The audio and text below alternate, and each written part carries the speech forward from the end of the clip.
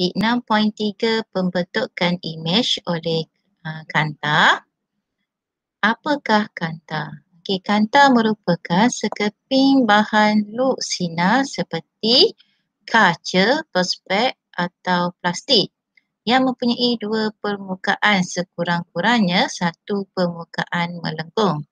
Terdapat dua jenis utama kanta, iaitu kanta cembung dan juga kanta cekung. Ini adalah rupa kanta cembung, ini pula adalah rupa kanta cekung. Anak-anak dah belajar semasa sekolah rendah dan menengah rendah, kita ulang kaji sahaja. Okey, menunjukkan kata aktiviti 6.7 menunjukkan kanta cembung sebagai kanta penumpu dan juga kanta cekung sebagai kanta pencampah.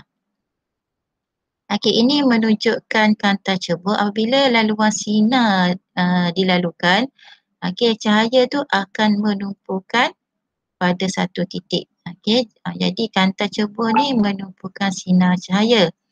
Manakala kanta cembung pula, kanta cekung pula dia mencapahkan sinar cahaya seperti dalam gambar rajah ni lah. Okey. Jadi kita boleh tengok di sini aktiviti di atas menunjukkan bahawa sinar cahaya selari yang melalui kanta cembung akan melalui satu titik yang kita panggil sebagai titik fokus F. Di sini ni kita panggil titik fokus F. Oleh itu kanta cembung dikenali sebagai kanta penumpu. Okey, kanta cembung kita panggil dia kanta penumpu. Sebaliknya, sinar cahaya yang melalui kanta cekung kelihatan seolah mencapah. Ini kita panggil mencapah dari satu titik fokus. Oleh itu, kanta cekung dikenali sebagai kanta pencapah. Jadual 6.4 menunjukkan perbezaan antara kanta cembung dan kanta cekung. So, kita boleh tengok perbezaan dia. Ini adalah kanta cembung. Okey. Ini adalah gambar rajah sinar lah. Sinar 7 yang menghala ke pusat kanta ni, pusat. O ni adalah titik pusat optik Okey. Titik fokus kanta cembung adalah nyata. Jadi ciri-ciri utama dia ialah nyata kerana sinar cahaya dibias menumpu pada titik itu. Oleh itu panjang fokus F dikatakan positif. Okey, seterusnya bagi kanta cekung, titik fokus kanta cekung kita panggil maya kerana sinar biasan seolah-olah mencapah dari titik itu. Oleh itu panjang fokus dikatakan negatif. Jadual 6.5 menunjukkan beberapa istilah optik yang perlu awak ingatlah, anak-anak ingat. Yang pertama, pusat optik O. Pusat optik O ialah titik di pusat kanta yang teacher tunjuk tadi. Sinar cahaya yang melalui optik tidak dibiaskan. Seterusnya, paksi utama. Ini adalah paksi utama lah, garisan lurus ni yang label paksi utama.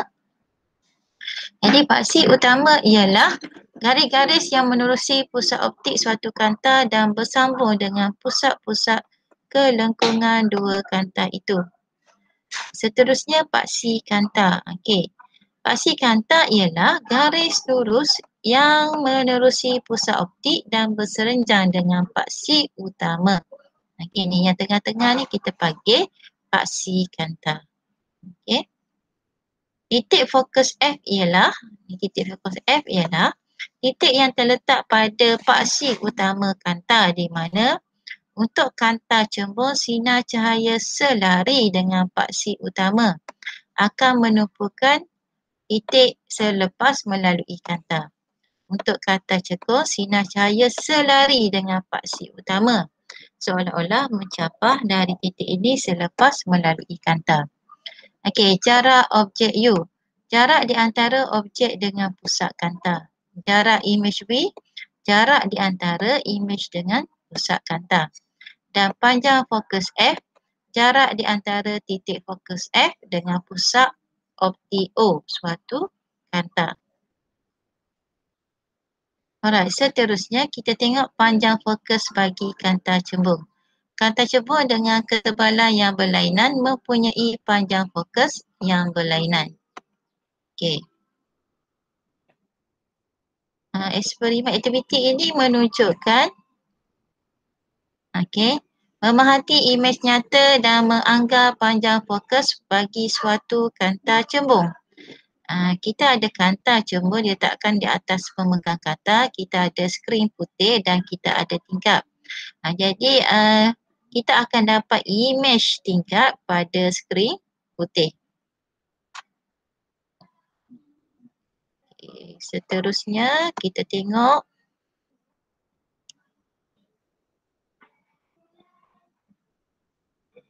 kedudukan imej dan ciri-ciri imej yang dibentuk oleh kanta. Kedudukan imej dan ciri-ciri imej yang dibentuk oleh kanta cembung dan kanta cekung boleh ditentukan dengan melukis gambar rajah sinar.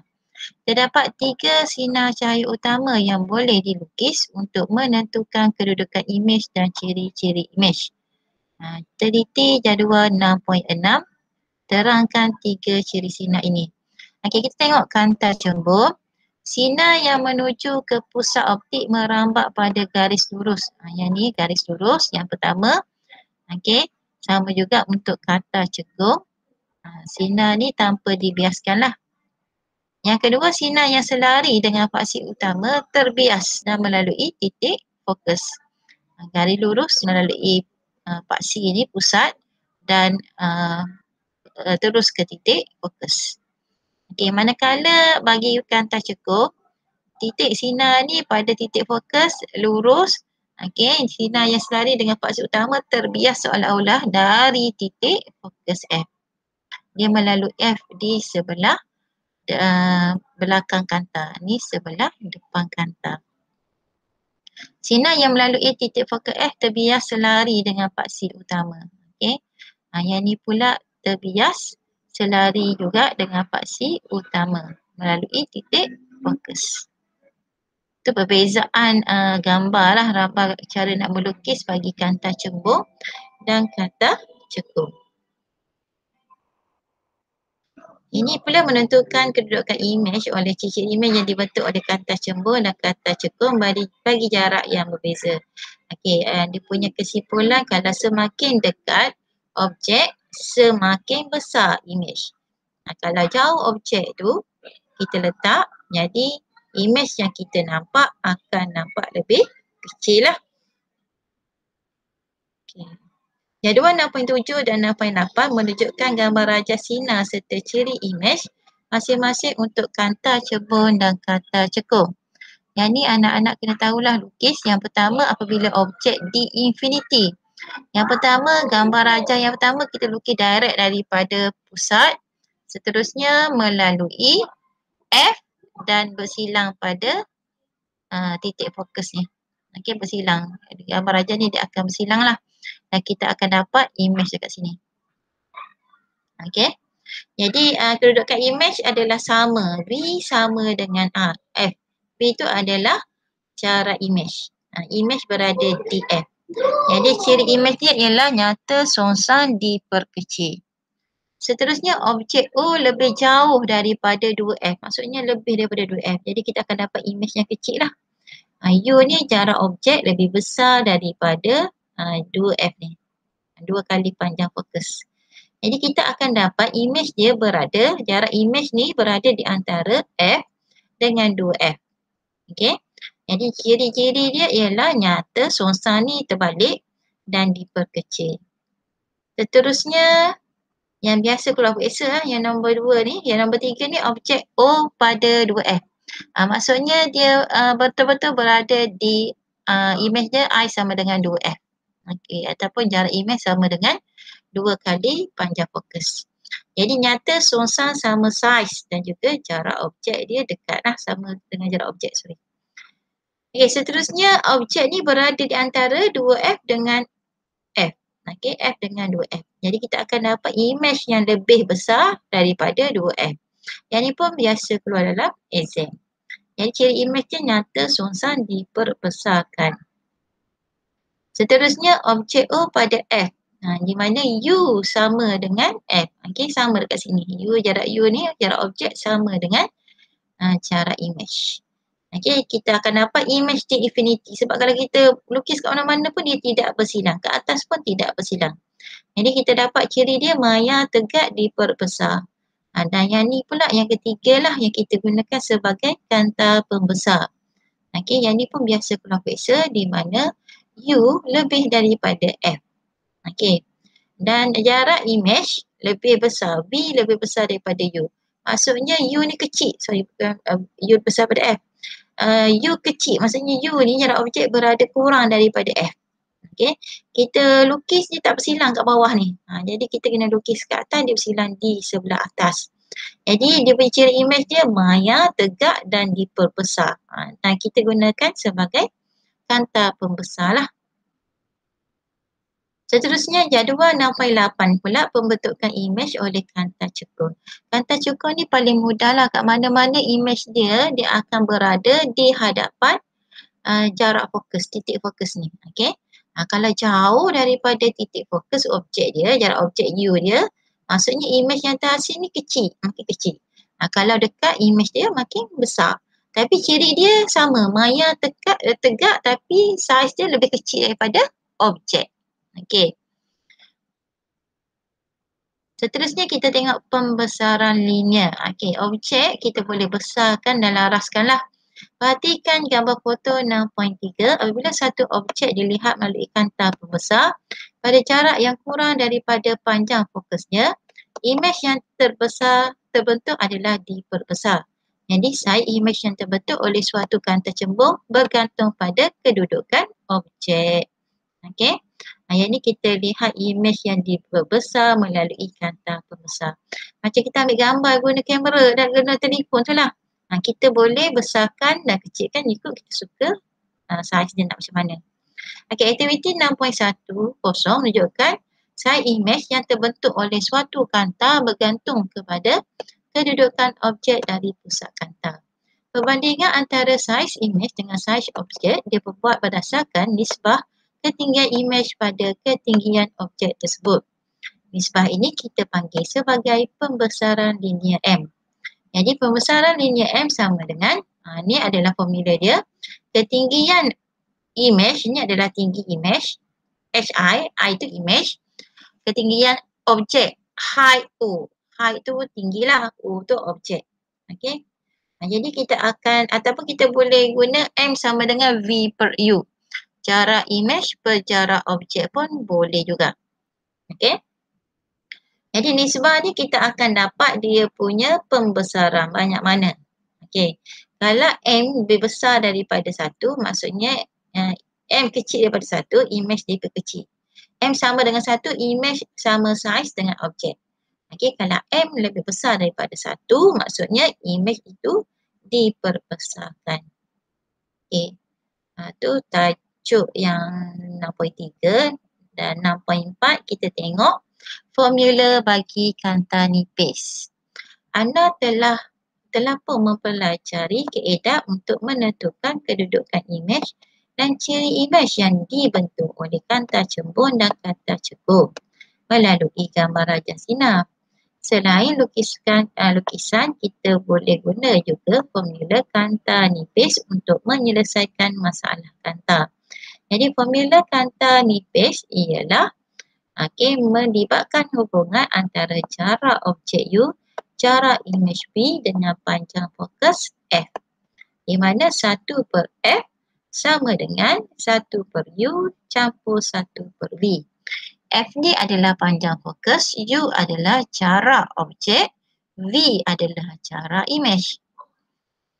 Okay, kita tengok situasi gambar ini. A, kedudukan kanta kamera dekat dengan objek menghasilkan imej besar. Kalau dekat, besar imej dia. Kalau kedudukan kamera tu jauh, kita akan hasilkan imej yang kecil. Itu maksud dia. Gambar foto 6.4 menunjukkan imej pada kamera untuk jarak objek yang berbeza dari kanta kamera yang mempunyai panjang fokus yang sama. Okey, ni eksperimen yang perlu kita buat sebenarnya report ni . Jarak imej dipengaruhi oleh jarak objek yang berlainan. Okay. Seterusnya kita tengok pula menyelesaikan masalah melibatkan formula kanta nipis. Yang dua, 6.10 merupakan peraturan tanda semasa menggunakan formula kanta nipis. Kalau positif, maksudnya panjang fokus tu kita gunakan kanta penumpu atau kanta cembung. Kalau jarak imej pula, maksudnya positif tu refer kepada imej nyata di sebelah kanta yang bertentangan dengan objek. Objek sebelah kiri, kiri punya imej sebelah kanan. Kanan tu positif, kiri negatif. Negatif pula, kita gunakan kanta pecapah atau kanta cekung. Jadi dia punya ciri imej dia maya dan berada sama dengan sebelah objek. Okey. Itu di sebelah kiri jugalah. Kita tengok contoh satu. Sekeping kanta cembung nipis mempunyai panjang fokus 12 cm. Tentukan ciri-ciri kedudukan dan pembesaran linear apabila jarak objek diberi 18 cm. Okey. Jadi kita ada U18, kita ada F12. So kita gunakan formula 1 per F sama dengan 1 per U campur 1 per V. Jadi kita nak 1 per V. Jadi 1 per 12 tolak 1 per 18, kita dapat positif 36 cm. Jadi pembesaran dia kita bahagikan jarak imej bahagi jarak objek.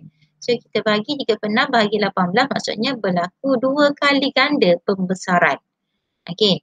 Jadi ciri imej dia adalah nyata, sonsan dan diperbesar. Di mana imej terletak 36 cm dari kanta dan berada di sebelah kanta yang bertentangan.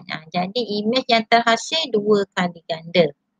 Okey, seterusnya dia bagi U sama dengan 4, F sama dengan 12. So kita dapat V dia negatif. Bila negatif, arah dia negatif lah. Maksudnya arah sebelah kiri. Jadi pembesaran linear dia V 6 bagi 4 dapat 1.5. Okey. Maksudnya diperbesarkan sebanyak 1.5 kali ganda. Contoh 2, satu objek setinggi 9 cm diletakkan pada jarak 60 cm dari kanta cengkung dan panjang fokus 30 cm. Okey. Tentukan kedudukan. Bila sebut je kata cengkung, nilai ini jarak fokusnya mestilah negatif. Okey. So kita akan dapat negatif 20 cm dia punya imej dia. Dan ketinggian dia kita boleh gunakan 20 bahagi 60, kita akan dapat 3 cm. Okey. Begitulah contoh yang ketiga lah, sama saja. Seterusnya kita tengok peralatan optik. Okey.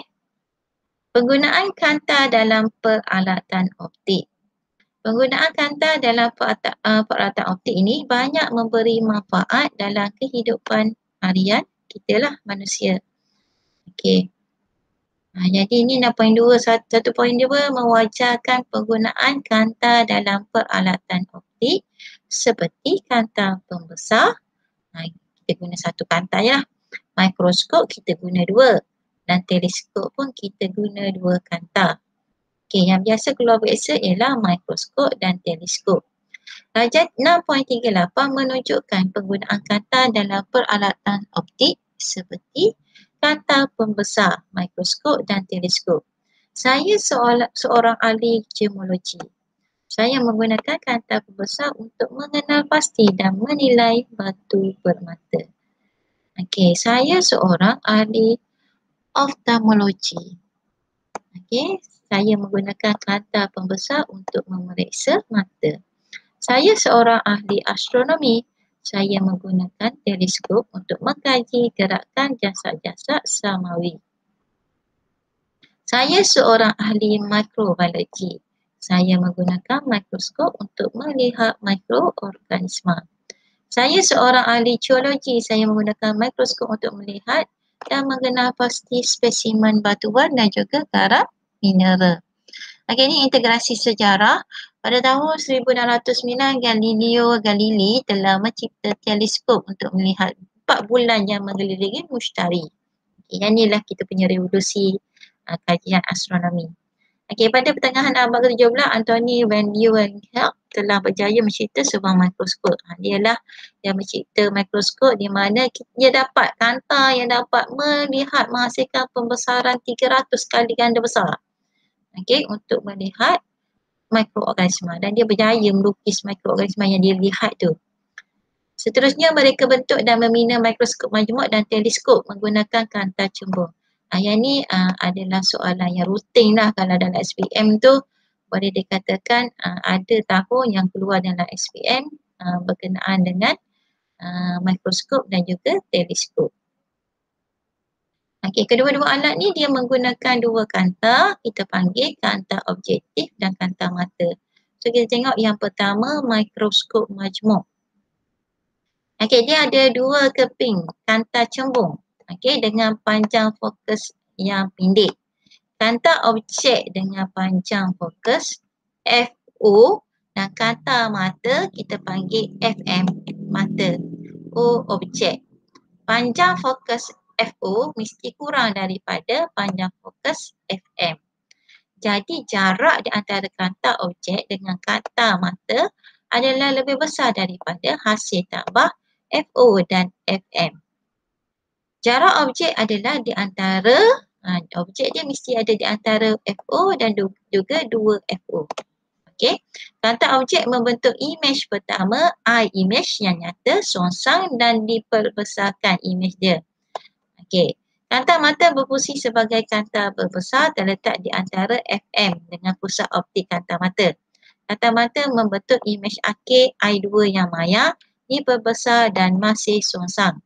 Lazimnya kanta mata dilaraskan supaya imej akhir dia terletak pada titik mata pemerhati. Okey, ni cara lukis dia lah.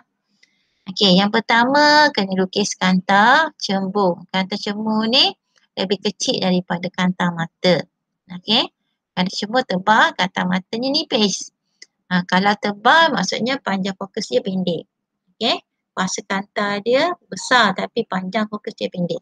Kalau yang ni pula panjang, okey, kuasa dia rendah tapi dia boleh melihat objek yang jauh lah. Dia punya panjang fokus dia besar. Okey, so yang pertama imej berada di antara FO dengan 2FO.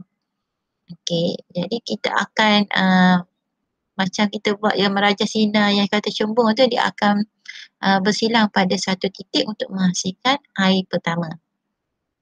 Seterusnya imej yang kedua terbentuk pada mata pemerhati. Ni imej akhir dia lah. Okey, tu bagi mikroskop majmuk. Kita dapat mata tu, imej akhir tu diperbesarkan. Okey, yang ni kita boleh nampak. Tapi kalau teleskop kita tak tahu imej tu berada di mana. Dia berada di infinity. Okey, dia ada dua juga keping kanta, iaitu kanta yang kita gunakan kanta cembung. Yang pertama kanta objek FO yang panjang dan mempunyai kanta mata panjang fokus FM yang pendek.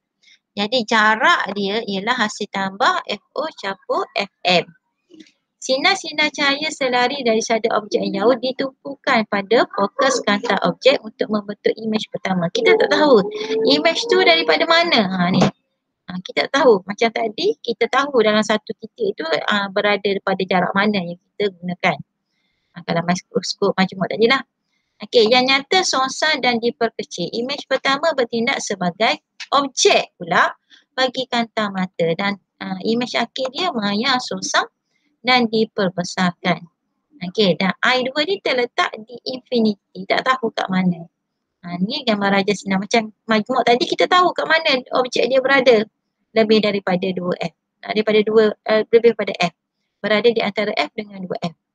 Okey, yang ni dia akan bersilang pada satu titik dan yang ni pula akan jadi objek bagi kanta kedua. Okey. Yang ni dilihat oleh mata pemerhati lah. So kena tahu lukis, kena bila buat nota tu awak akan dapatlah lukis dengan betul. Pastikan lukis dengan betul lah. Aplikasi kanta bersaiz kecil dalam teknologi peralatan optik. Yang ni kemajuan sekarang ni lah. Kita pakai kanta mata nak ambil gambar tu. Kanta kita tu kita gunakan bersaiz kecil. Okey, kanta banyak digunakan dalam telefon pintar, televisyen, CCTV. Okey. Yang ni 6.6 ni kanta dalam kamera telefon pintar. Ni kanta kecil je. Yang ni pula dalam CCTV. Lazimnya telefon pintar dan CCTV mempunyai kamera berevolusi tinggi lah kita panggil. Dapat menangkap gambar dan merakam video yang jelas. Oleh itu kanta merupakan komponen penting dalam kamera telefon dan CCTV. Okey. Kanta itu boleh membentuk satu imej yang nyata, sonsan dan diperkecil pada sensor. Jarak minimal di antara sensor dengan pusat kanta haruslah sama dengan panjang fokus kanta kabel seperti yang ditunjukkan dalam rajah 6.41. Okey. Ni dia punya pembentukan imej oleh kanta bersaiz kecil dalam kabel pintar. Ni medan penglihatan kita lah. Okey.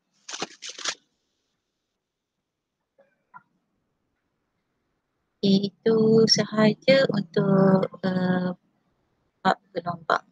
Okey, dan yang terakhir, pembentukan imej oleh cermin sfera.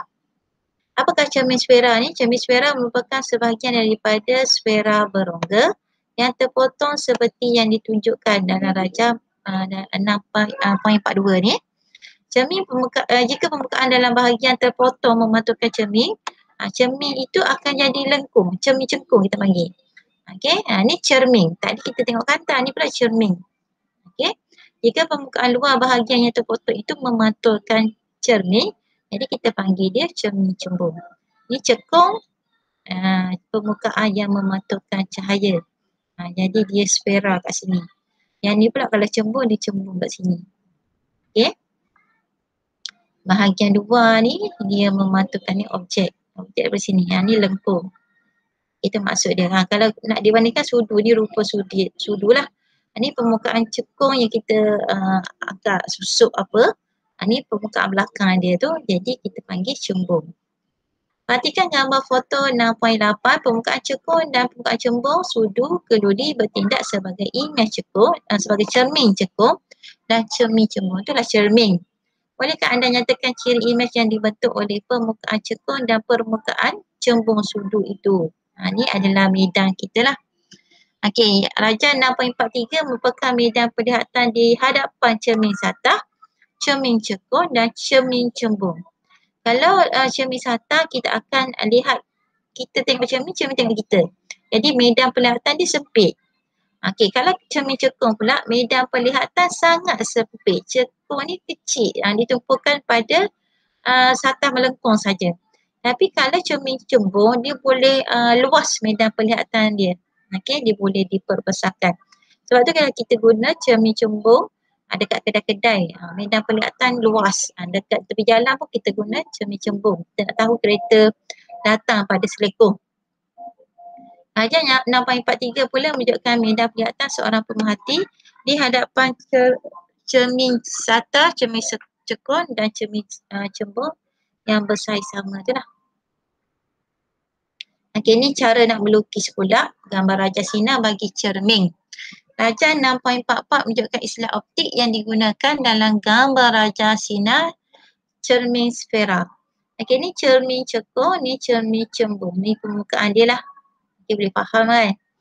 Okey, jadi sinar cahaya ni yang arah ke sini lah. Bila kena je permukaan satah cekung ni, dia akan dipantulkan pada satu titik macam ni lah. Okey, ni kita tahu lukis. Jadi yang ni adalah jarak fokus yang pertama, ni jarak fokus yang dipantulkan semula. Yang ni pula adalah cermin cembung. Okey, kalau awak tengok cermin cembung ni sinar dia tertumpu pada permukaan cembung dan dia akan mencapah pula. Okey, jadual 6.12 penerangan bagi istilah optik yang berkaitan dengan cermin sfera. Ni kita tahulah. Yang pertama, paksi utama kita ada iaitu garis lurus yang menerusi pusat. Inilah paksi utama. Pusat kelengkungan C. Okey.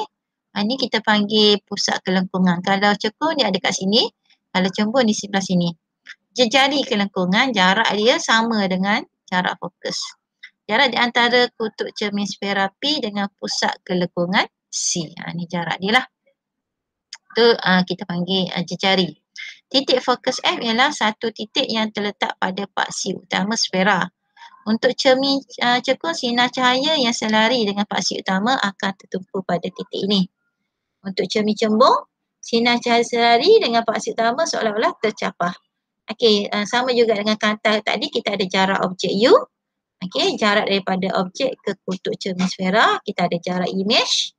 Jarak dari imej ke kutub sfera P dan panjang fokus. Okey. Ni kita ada lah.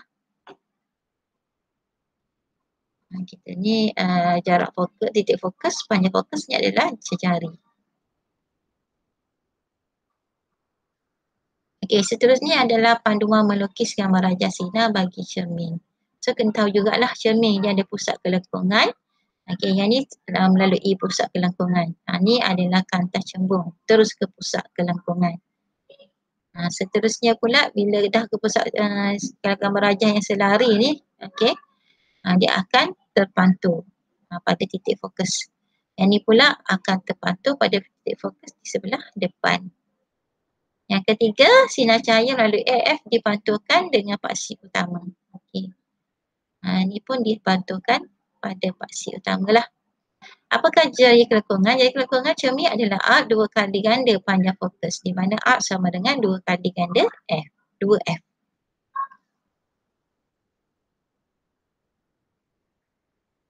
Okey, ni cara lukisan dia lah yang biasa keluar dalam periksa. Yang tahulah lukis kalau sinar cahaya tu daripada infinity, tak tahu daripada mana. Satu mesti lalui titik fokus, satu lagi melalui kelengkungan. Okey, dan dia tercapah lah, dipantulkan kita panggil. Di mana jarak image V sama dengan F di hadapan cermin. Jadi nyata songsang diperkecil, dia punya image dia nyata songsang diperkecil. Yang ni pula jarak objek lebih jauh daripada C. Okey, maksudnya dia ada lebih besar daripada 2F. Jadi kita akan dapat image dia makin lama makin kecil. Sama je kalau ikutkan perubahan dia. Okey. Yang ni pada U sama dengan 2F. Jadi sama jarak dia, sama saiz. Yang ni pula image lebih besar. Semakin dekat dengan kantar, semakin dekat dengan cermin, image dia makin besar. Okey. Yang ni pula untuk cermin cembung. Ni cermin cembung dia mesti lalu yang pertama F, satu lagi objek dia lalu kelengkungan C. So image dia akan dapat lebih kecil lah, maya tegak diperkecilkan. Semua samalah gambar rajah bagi cermin cembung. Okey, aplikasi pula. Yang ni kita gunakan aplikasi cermin menunjukkan satu cermin bintik buta, kita panggil blind spot mirror. Cermin ini adalah cermin cembung. Kegunaan dia kita nak tengok image ataupun objek yang lalu diselekol lah untuk image dia. Kita lalu. Aplikasi cermin cekung dalam kehidupan harian, yang pertama ni cermin solek. Kita gunakan cermin cekung. Okey, menghasilkan image yang diperbesar dan memudahkan persolekan. Cermin pergigian juga kita gunakan cermin cekung untuk memudahkan pemeriksaan gigi. Pemantul dalam lampu kita gunakan cermin parabola cekung ya, untuk mengekalkan keamatan cahaya pada jarak jauh, terutama pemanduan waktu malam. Ini pula adalah aplikasi cermin cembung dalam kehidupan harian. Kita guna cermin keselamatan jalan. Okey, kita letak kat selekor tajam yang berbahaya untuk meluaskan medan penglihatan pemandu. Yang ni biasa keluar periksa Okey, cermin keselamatan dalam bangunan. Ni kat kedai-kedai lah. Dipasangkan di dalam bangunan untuk tujuan pengawasan. Cermin pandang belakang. Ni pun digunakan jugalah. Okey, medan tujuan dia adalah untuk menambahkan medan penglihatan yang luas. Di mana kenderaan kita akan dapat lihat daripada belakang.